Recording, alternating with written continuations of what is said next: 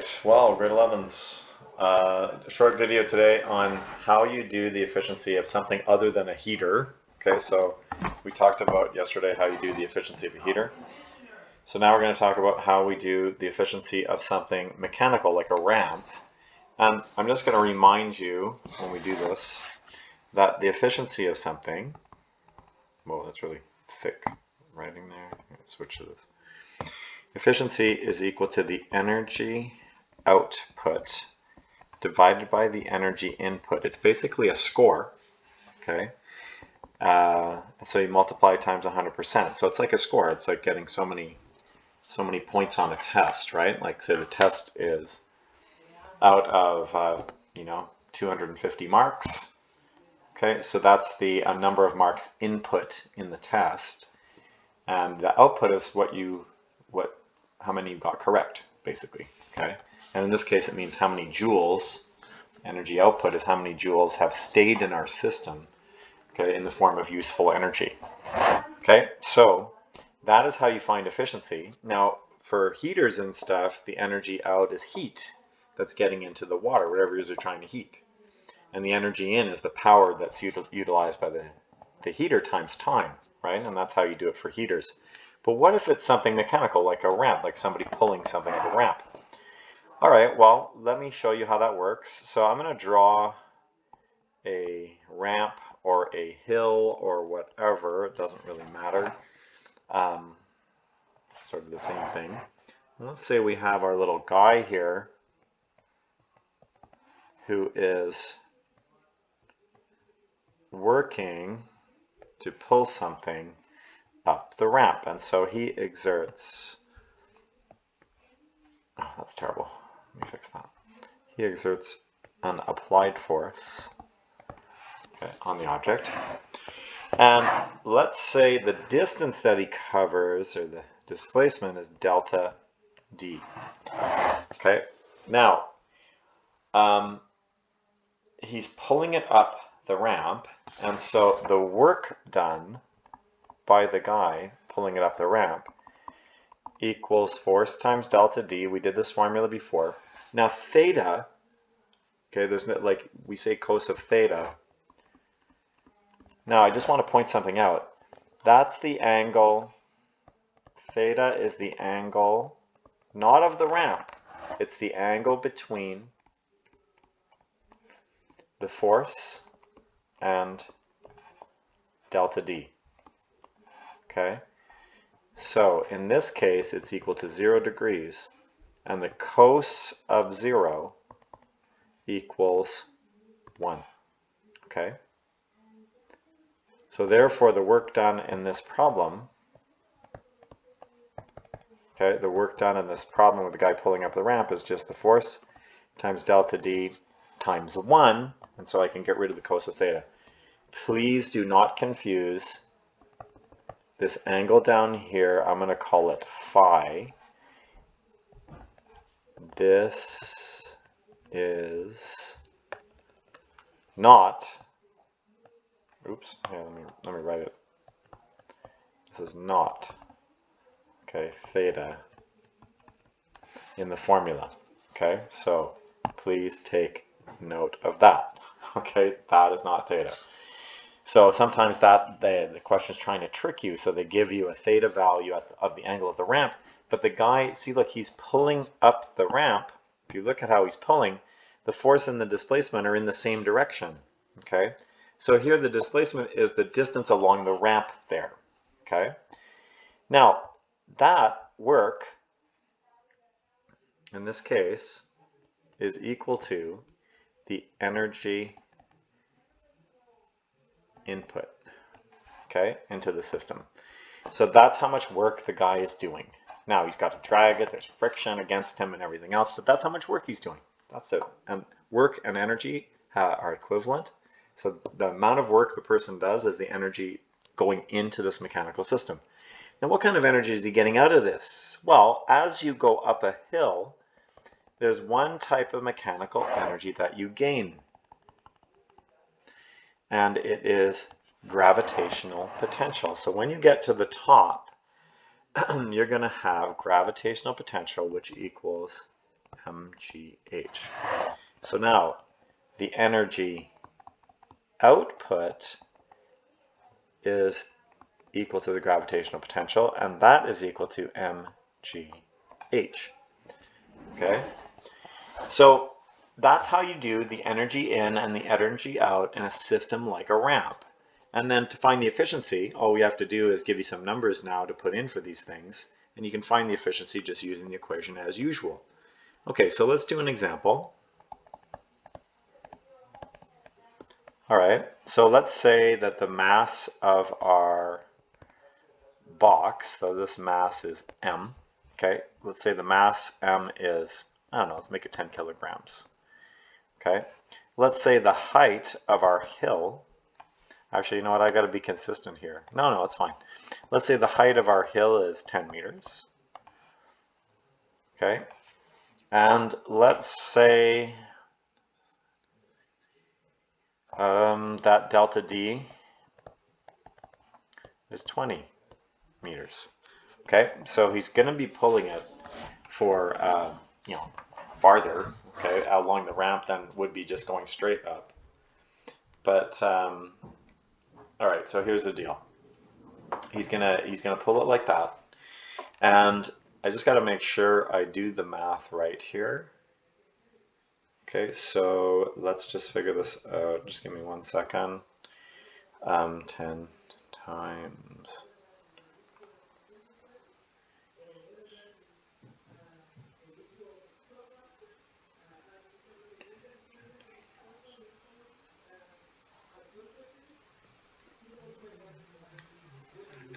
All right, so let's say he is pulling up the ramp, the applied force, okay, is, let's make it 65 newtons, okay, to pull it up the ramp. Now there's some friction that he's fighting and everything else, but we don't really care about those forces. We just want to know how efficient the system is. So like the only person doing any useful work here is the guy. Friction is a source of waste. And there'd be a way for us to figure out how much waste heat there is in this question too. But let's deal with it one at a time. So let's say question A. What is the efficiency of the system? Okay.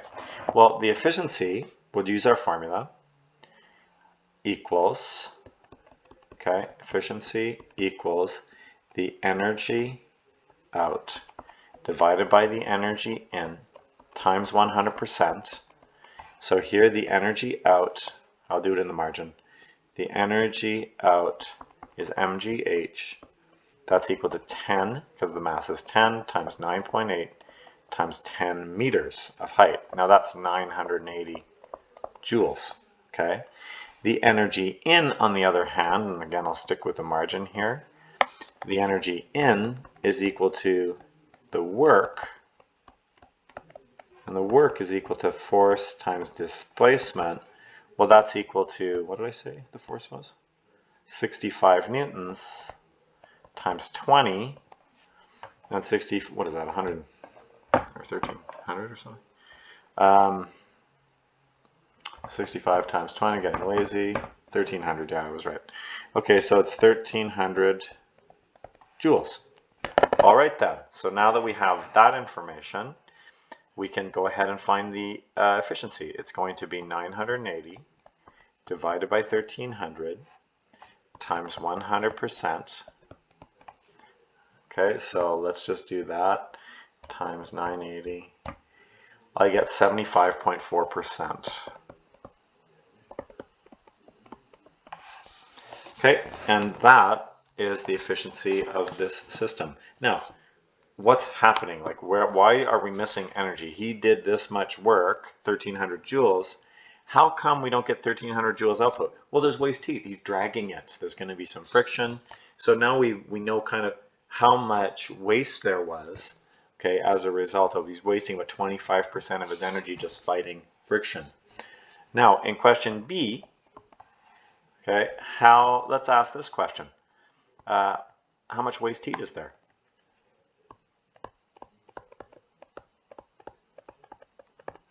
Well, the waste is always equal to the energy in minus the energy out. In other words, it's how many joules went missing, okay? Well, we've already done all the work we need to get this, so it's going to be 1300 joules for the energy out, or sorry, for the energy in, minus 980 joules for the energy out. And so what is that? That's 420, right? Or, sorry, 320. Okay, so let's just write 320 joules. Okay, it was wasted. And that's it. So that's how you do a ramp problem. Okay, and there's one like that on the practice test. That's how you do it. Now don't be fooled. Don't be fooled by the red herring, them giving you this angle down here. Now sometimes that angle is useful for finding h, because there's a little right-angled triangle here, and you can use like SOHCAHTOA, you know, to find h sometimes. Okay, so like in our example, phi would have been 30 degrees, and that would have given us 20 for the hypotenuse and 10 for the height. So sometimes there's a connection here that we can use this angle to find the h value, but please do not put it, okay, don't put it in there for work, okay? Like don't use that as a theta. People, it's a common mistake, I see it every year. So with that in mind, that's basically the lesson for today. So for what I would like you to do, I'm going to say this on the group chat, but what I'd like everyone to do for homework, you know, next time I see you, you have a test. Make sure you finish the energy resources assignment. So that's this assignment here. Okay, put that in OneNote, please. Okay, you don't have to do nuclear power. So this one has been done for you. Okay, but please do the other ones that you see listed there. They're all in the textbook, FYI. I mean, you can use the internet, and you know, I don't mind you using the internet, but all of these resources are actually listed in your textbook as well. Now, the other thing I would like you to pay attention to is on the practice test. On the practice test, there is a ramp problem here. Okay, and as I told you, this, here, I'll circle it red. This thing here is a red herring. Now what that means is it's not used in the question. Now in life, we often have numbers that, extra numbers that we don't need. Like I told you, I think in class, you know, today, there's often like values that are not necessary to answer a question that are included, and you think you're doing it wrong if you don't use it. Don't be fooled. Yeah, you don't need to have all the numbers sometimes. So that takes care of that. And so now you should be able to do the ramp problem. And I think all the other problems on here, and I apologize for the formula sheet being so crappy. You'll have a decent formula sheet, okay? I promise that. But yeah, go ahead and try these other questions. The answers are included at the end of every question.